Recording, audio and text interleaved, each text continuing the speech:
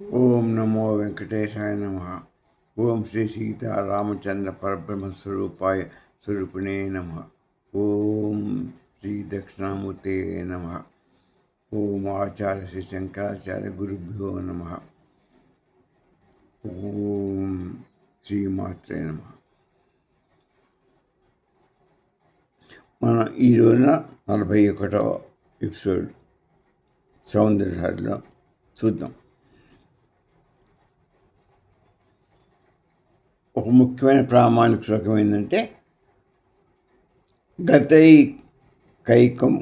గతైక ఏకం లోకం పది నిధివచోభి సహచరీం సమస్తానాం ఆసాం అచల దివధూనాం అభిమతం సంతానో మంజూరాణం తవ చరణ యుగ్మాన్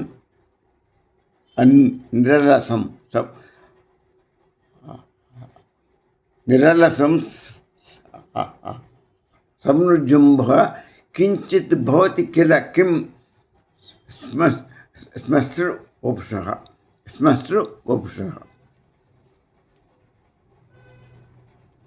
అంటే తవ చరణ యుగ్మాత, అమ్మ నీ యొక్క దివ్య చరణ పాదాల ఇందము నుండి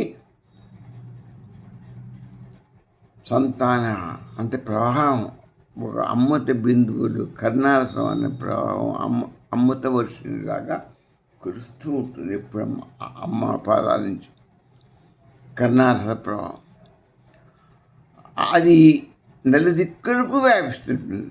ఒక దిక్కుగానే కదా, అమ్మ యొక్క కర్ణారసం అనేది నలుదిక్కులకి అమృత బిందుల వలె ప్రవహిస్తూ ఉంటుంది. అందరినీ కరుణిస్తుంది.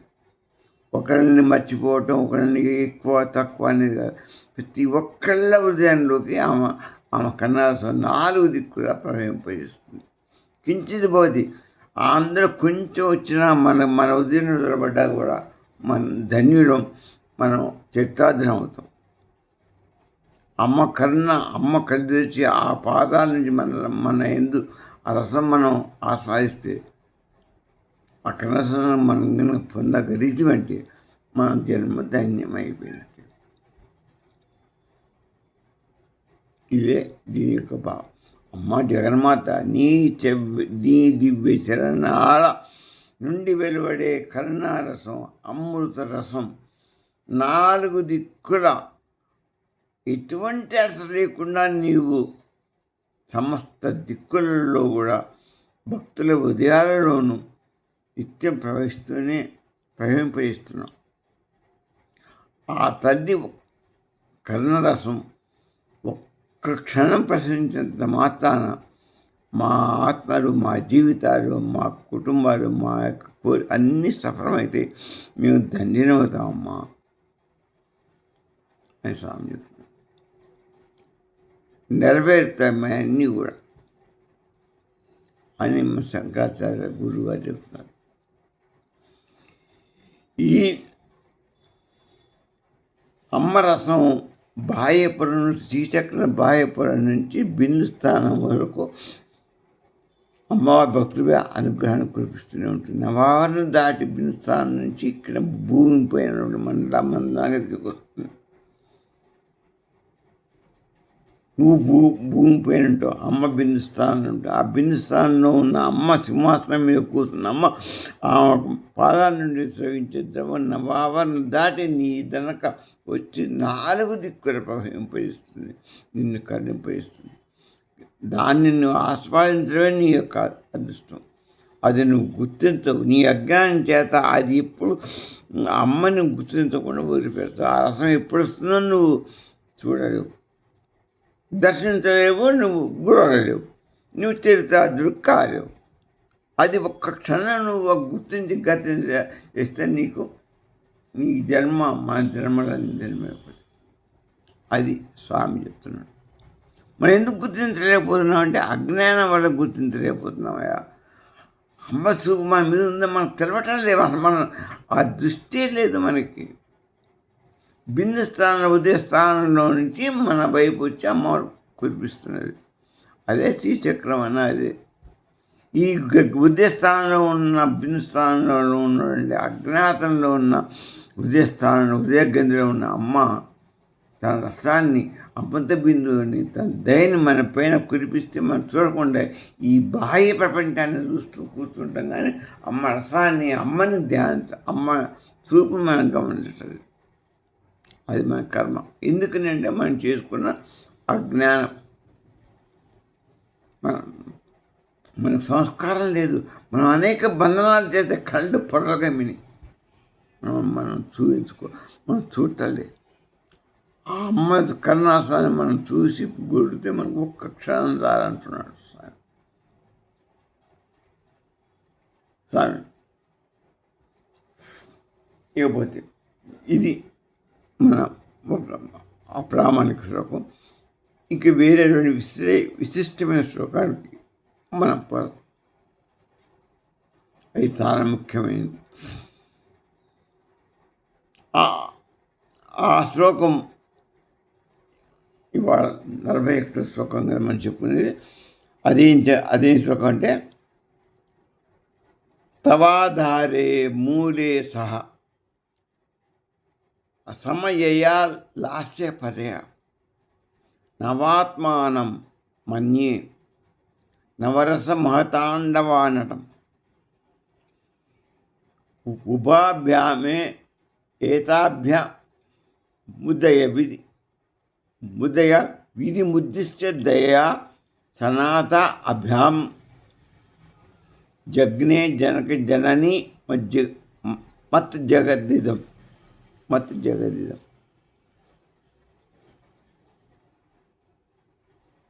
ఇది చాలా గొప్ప శ్లోకం. 31 నుంచి మనం 50 వరకు శ్లోకాలన్నీ 20 శ్లోకాలు ఒక్కటి కూడా తీసేసే శ్లోకం కాదు. అద్భుతమైన శ్లోకం. ఇది చాలా అద్భుతమైన శ్లోకం. జాగ్రత్తగా వినాలని నా కోరిక. తవ ఆధారే మూరే, నీ మూలాధారంలో సమయాశక్తితో కలిసి ఇక్కడ మనకు చెప్పేది అమ్మ మూలాధార చక్రం గురించి తీసుకుపోతుంది. మొన్న మనం ఎక్కడనో నాభిలో ఉన్నటువంటి ఆ చక్రంలో ఉన్నాం, మణిపూర్ చక్రంలో ఉన్నాం. ఇప్పుడు మణిపూర్ చక్రం నుంచి మూలాధార చక్రంలో కింది తీసుకొచ్చింది. మన్ని కింది తీసుకుపోతుందని చెప్తున్నాను. మన్ని హృదయాకాశంలో బిందు స్థానంలో తీసుకోబోతుంది. ఇక్కడి నుంచి లైన్ తీసుకొస్తుంది. ఇక్కడ ఆజ్ఞా చక్రం నుంచి కంఠస్థం నుంచి నాభిలోకి కూర్చుని ఇప్పుడు మూలాధారంలోకి చక్రం తీసుకొస్తుంది. చక్రం గురించి చెప్తుంది. తవ ఆధారే మూలే, నీ మూలాధారంలో సమయాశక్తితో కలిసి లాస్యపర్య అంటే లాస్యం. అమ్మవారి నృత్యం చేస్తుంది, అది లాస్యంగా నిమగ్నమైన నవాత్మాన 9 రూపాయలు అంటే నవరసాలతో అమ్మ తత్వాలతో కూడిన నవరస మహాతాండవం. స్వామి నవరసాలతో తాండవం చేస్తున్నట్టు అమ్మ లాస్యం చేస్తుంది. స్వామి నవరసాలతో తాండవం చేస్తుంది, మహాతాండవం. అది ఆయన తాండవం నవావరణలు దాడి తాండవం చేస్తుంటారు. ఈ ఉద్యోగ నవావరణ శ్రీచక్ర నవావరణ నుంచి భూవావరణ నుంచి నవావరణ దాటి బిందు చక్రంలోకి వెళ్ళిపోతుంటాడు. అమ్మ ఆయనతో పాటు లాస్యం చిందిస్తుకుంటూ పోతుంది. బిందు స్థానానికి ఇద్దరు చేరుకుంటారు. ఆ బిందు స్థానానికే మన్ని చేరుస్తున్నదమ్మ. ఆ నవరసాలతో మహాత్మ నాటు శివుని నేను భావిస్తున్నాను. ఆయన తాండవాన్ని ఒక్కసారి మనసులో మీరు ధ్యానించుకోండి. అమ్మవారి రాష్ట్రాన్ని ధ్యానించుకోండి. అంతటి పుణ్యం ఎక్కడ దొరకదు. అందుకొరకనే నటరాజేశ్వరుడు చాలా గొప్పవాడు. ఆ విగ్రహం చూస్తే చాలు చిదంబరంలో నటరాజ స్వామి అమ్మవారిని చూస్తే చాలు మన జన్మధన్యమే అవుతుంది.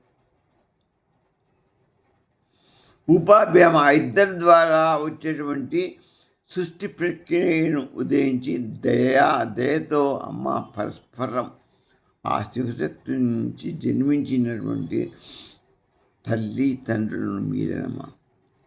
జననీ జనక జననీ అన్నాడు. తండ్రి తల్లి స్వరూపమైన ఆ శివశక్తుడు ఈ జగత్తుని మొత్తం సృష్టించారు. ఏం చెప్తున్నా అంటే ఇక్కడ శివుడు శక్తి జగత్తు 3 తత్వాలు 3 అంశాలు కనిపిస్తున్నాయి మనకి. అద్వైతంలో శంకరాచార్య చెప్పేది ఏంటంటే శివుడు చైతన్య స్వరూపుడు మనకు తెలుసు. ఆయన నిత్యుడు, నిశ్చలుడు, నిర్గుణుడు, అఖండ చైతన్యం గలవాడు. ఆ అఖండ చైతన్య స్వరూపంలో నుంచే కోటి సూర్యచంద్రుల వెలుగుతులతో మహావెలుగు దివ్య స్వరూపం వెలుగు వచ్చింది. ఆ ప్రకాశమే పరాశక్తిగా అవతరించింది. ఆ శివుని చైతన్యం నుంచి ఉద్భవించిన ప్రకాశమే అమ్మ స్వరూపం. అదే పరాశక్తి. అది ఎంత కాంతి ఉన్నది, 1000 కోట్ల సూర్య చంద్రుల అగ్నుల త్రిగాగ్నులతో వెలుగొందుతున్న స్వరూపం. అంతటి కాంతి స్వామి చైతన్యం నుండి ఉద్భవించింది. అదే పరాశక్తి. ఆమె మాయాశక్తిగా తర్వాత మారింది. ఆమె 3 గుణాలను దాల్చింది. ముందు పరాశక్తిగా మారి స్వామి ఆమెను అర్ధభాగంగా స్వీకరించాడు. పరాశక్తిగా ఆమె ఆ స్వామిలో చేరిపోయింది. సగం శక్తిని సగం భాగాన్ని తీసుకొని పరాశక్తి శక్తి స్వరూపిణిగా మారిపోయింది. ఆయన సృష్టి కావాలంటే ఏమంటే మాయాశక్తిగా మారింది. ఆమె మాయాశక్తిగా మాయాస్వరూపిణిగా మారింది. మాయ ఆమెను కనిపెట్టడం ఎవరి తరం కాదు. ఆమెని దాటడం ఎవరికి తరం కాదు. ఆమె నీళ్ళని కనిపెట్టడం ఎవరి తరం కాదు. ఆమె శక్తి స్వరూపిణి పరాశక్తి. ఆమె శక్తి స్వామిలో చేరిపోయింది. స్వామికి ఎనలేని శక్తి ఇచ్చింది. సృష్టికి శక్తిని ప్రసాదించింది. ఆమె 3 గుణాలు దాల్చి పరాశక్తి మాయాశక్తి దాల్చి 3 త్రిగుణ దారియే దాల్చి మాయాశక్తితోని సృష్టిని మొత్తాన్ని కాయించి ఆయన ఇచ్చాశక్తికి ఈ జ్ఞాన క్రియాశక్తితో మొత్తాన్ని జగత్తును జీవుని మొత్తం సమస్త సృష్టించి చూపిస్తున్నది, నడిపిస్తుంది.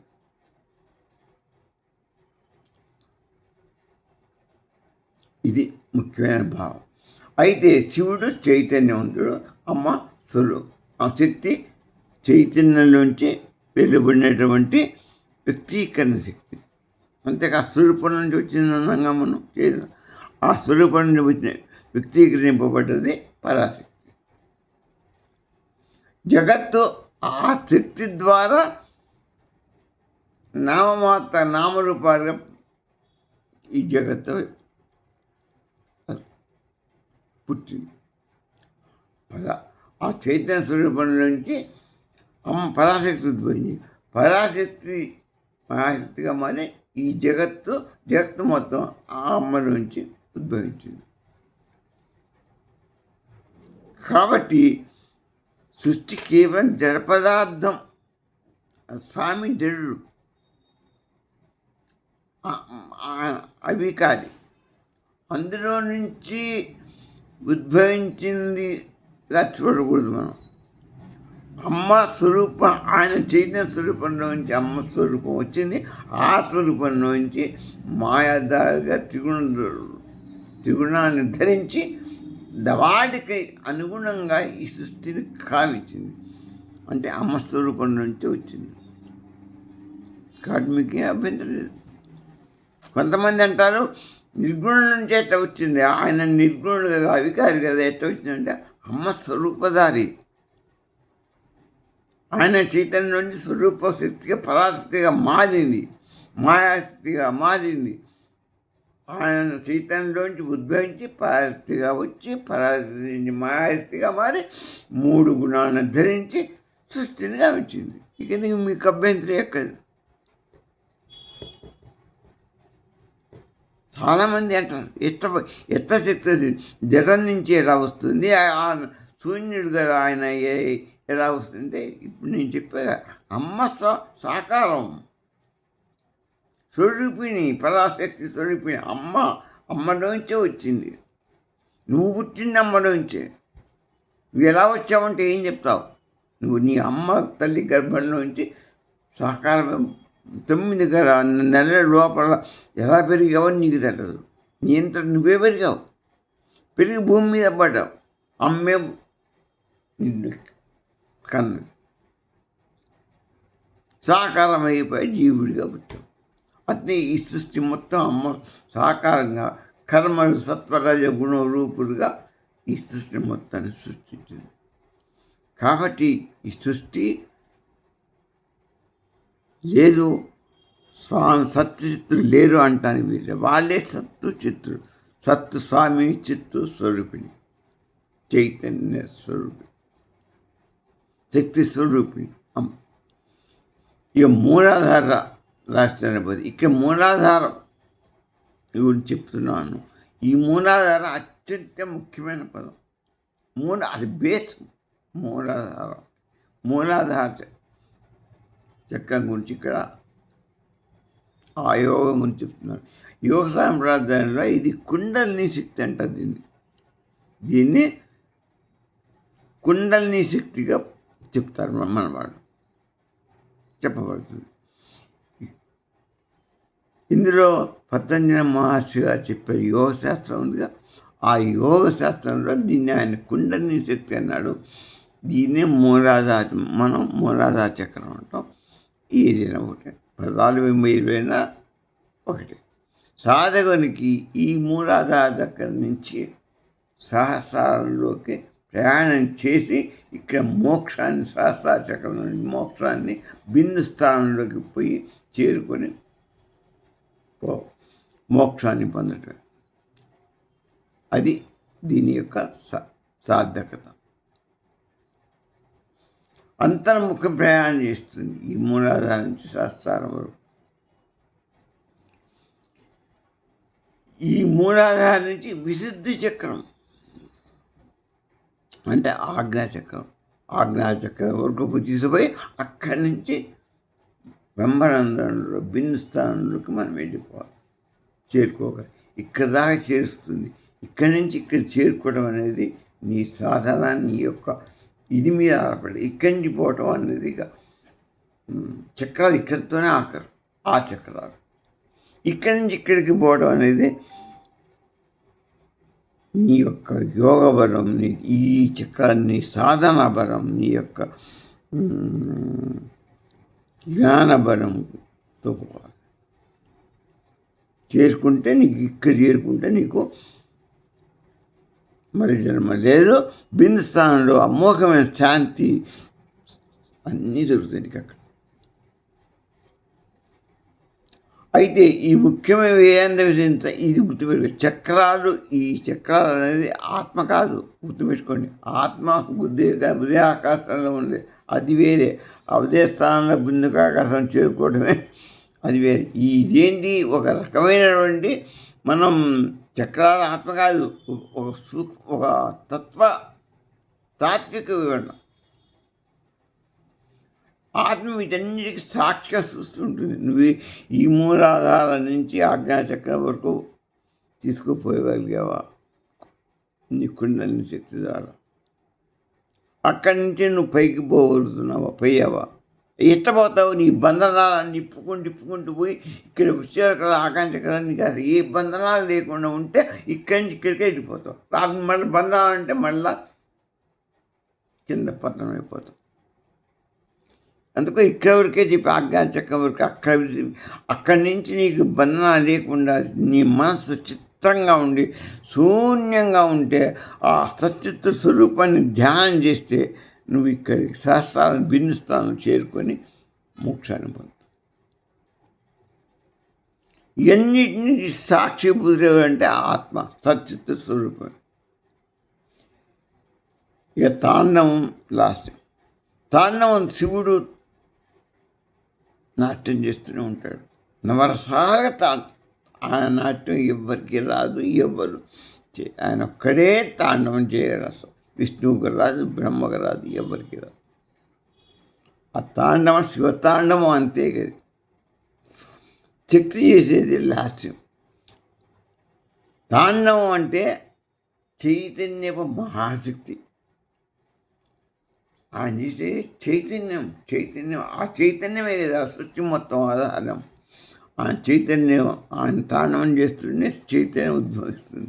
ఆ చైతన్యం మహాశక్తి, అందులోంచే మహాశక్తి పరాశక్తి ఉద్భవిస్తుంది.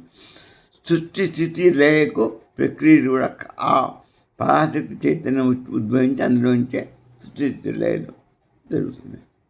ఇక లాస్యం అంటే ఏంటి? సౌందర్యం, సుకుమారత్వం. ఆ తర్వాత సృజనాత్మకత. ప్రకృతి సౌందర్యం, సృజనాత్మకత ఎంతో అందాలుగా ఆ వెరైటీస్ ప్రకృతిలో ఉన్న సౌందర్యం ఎక్కడ నీకు దొరకదు. ఆ సృజనాత్మకత అమ్మ దగ్గరే ఉంటుంది. లాస్యం అంటే అది అనమాట. సౌందర్యం, సృజనాత్మకత, ప్రసవ శక్తి. ఇవన్నిటినీ సృజనాత్మకని సౌందర్యాన్ని వెలువరించేది శక్తి అమ్మదే. ప్రసవ శక్తి అంటే ఇవన్నిటిని బయటికి సృష్టి చేసేది, బయటికి చేసి అమ్మ చూపిస్తుంది. స్వామి ఏం చూపించడం, అమ్మే వెలువరిస్తుంది. అమ్మే కర్ణరసాన్ని కూడా చూపిస్తుంది. అన్నిటిని బయటకు వెలువరించి కర్ణరసం చూపించేది అమ్మే.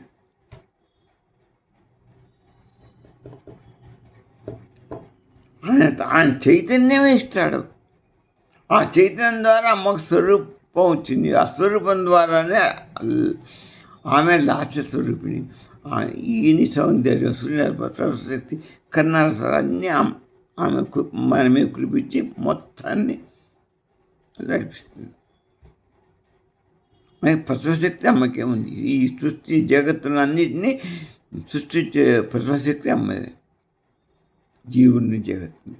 ఈ రెండు అయితే శివశక్తులు వేరు కాదు, ఒకటే. అది మీకు ఎప్పుడు చెప్పారు, సత్తు చిత్వాలిద్దరూ ఒకటే.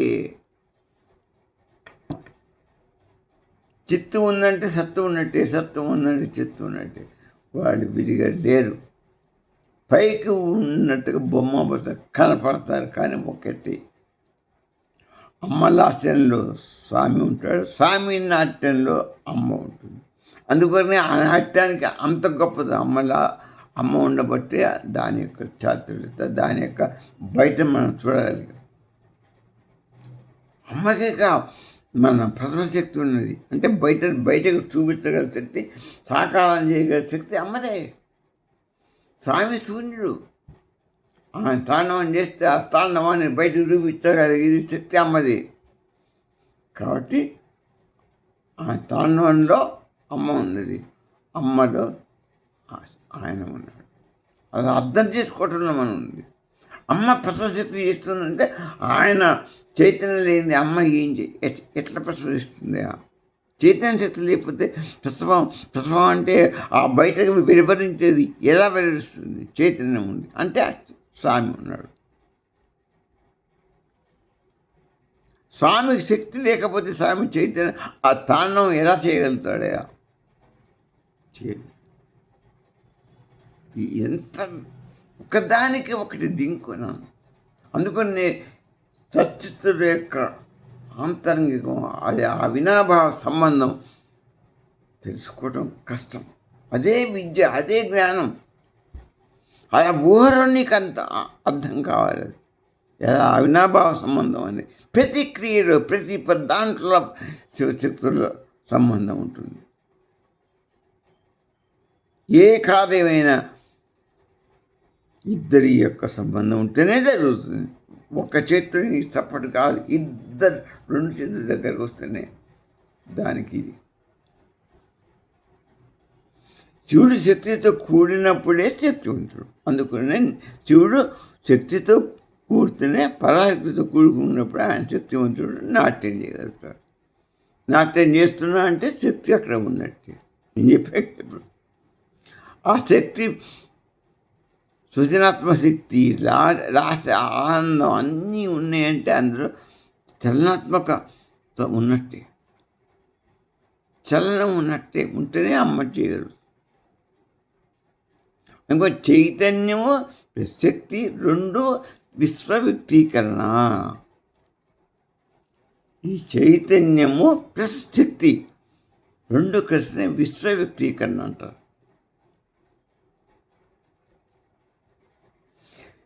చైతన్యం లేకపోతే శక్తికి స్వతంత్రం లేదు. శక్తి లేకపోతే శివుడికి లేదు. ఆయన జడ పదార్థం అయిపోతాడు.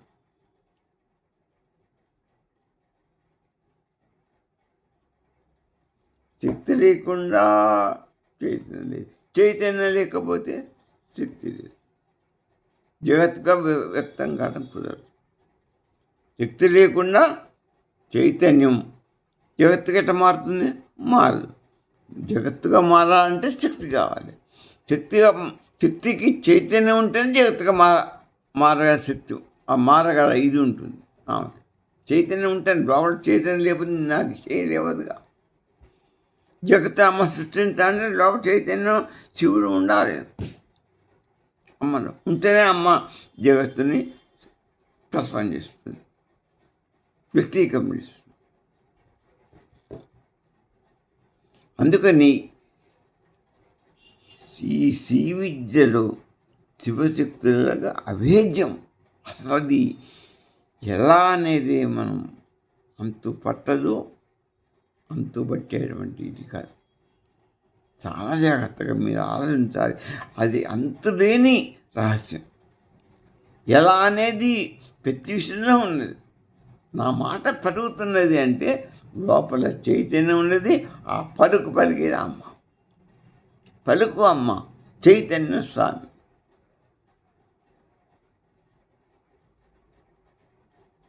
ఇద్దరు ఉంటేనే నడుస్తున్నాను. అక్కడ శివశక్తులు ఇద్దరు ఉన్నారు. మీరు శివశక్తులను నేను తాపకంటున్నాను మీరు అనుకోవద్దు.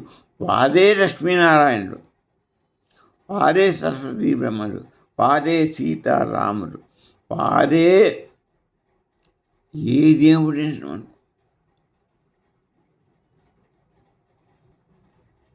సత్తు చిత్తుడు. అందుకనే వారి పేరు సత్తు చిత్తుడు. వారే పరబ్రహ్మస్వరూపుడు. వారికి అభేదం లేదు. అందుకని ప్లస్ బదిలాయి. ఇటు ఒక గీత, ఇటు ఒక గీత. ఆ రెండింటిని విడదీస్తే సత్తు ప్రస్తుత్వం ఎట్లా విడదీస్తాం? ఇది వీటిని ప్రెస్ అయింది. ప్రెస్ ఎట్ అవుతుంది. ఇది అదే చైతన్యం, అదే సత్యత్వం. ఇటు పక్క సత్తు ఒకటి, ఇటు చిత్తు. ఈ రెండు కానీ మధ్యన ప్లస్ అంటే రెండు గీతలు ఉండాలి. రెండు గీతలు రూపాయికి ఇటు పక్క ఒకటి, ఇటు పక్క ఒకటి బొమ్మ బొసు ఉన్నట్టు.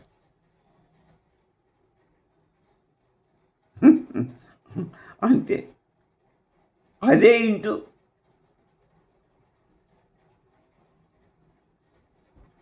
మల్టిపుల్ అయిపోతుంటుంది. ఇది ప్లస్ అవుతుంటుంది, మైనస్ అవుతూ ఉంటుంది, ఇంటూ మల్టిపుల్ అవుతూనే ఉంటుంది, డివిజన్స్ అయిపోతుంటుంది. అసత్యత. ఇకపోతే నవరసాలు ఆయన మహాతాండవం చేస్తానగా ఆ మహాతాండవమే నవరసాలు: శృంగారరసం, హాస్యం, కరుణం, రౌద్రం, వీరం, భయానకం, బీభత్సం, అద్భుతం, శాంతం. ఈ నవరసాలతోనే ఆయన తాండవం చేస్తాడు. ఆ తాండవానికి అమ్మ శక్తి తోడ్పడుతుంది. అమ్మ శక్తి తోడ్పాటుతోనే ఆయన చేస్తాడు. నవరసాలు మారుతుంటాయి, భావాలు మారుతాయి, నీ మనస్సు మారుతుంది, చిత్రంగా ఉంటుంది. అన్ని రసాలు మారుతాయి, అన్ని భావాలు మారుతాయి. దాంతోపాటు నీ భావ చిత్రతో అన్నీ కూడా మారిపోతుంది. కానీ నీలో చూస్తున్న సాక్షిభూతుడైన చైతన్య స్వరూపుడు ఆత్మ మాత్రం మారదు. అదొక్కడే శాశ్వతం, సత్యం. ఇవన్నీ మారే. శివతాండవంలో ఆయన చేసే నాట్యాలన్నీ మారుతాయి. ఆ భంగిమలు అన్నీ మారిపోతుంటాయి. నవరసాలు భంగిమలు. అమ్మ చేసే లాస్యం ఇదంతా భంగిపోతుంది. చూపించే ప్రకృతి సౌందర్యాలు ఇవన్నీ కూడా మారుతాయి. అమ్మ చేసే ఈ జగత్తుడు సృష్టి ఇదంతా కూడా మారుతుంది. సృజనాత్మకత మొత్తం మారుతుంది. ఆయన చేసిన నాట్యం మారుతుంది. కానీ సచిత్ర స్వరూపం మాత్రం మారదు. అదే ఆత్మస్వరూపం, అదే బిందు స్వరూపం, అదే హృదయ గంధి స్వరూపం, అదే సచ్చిదానంద స్వరూపం.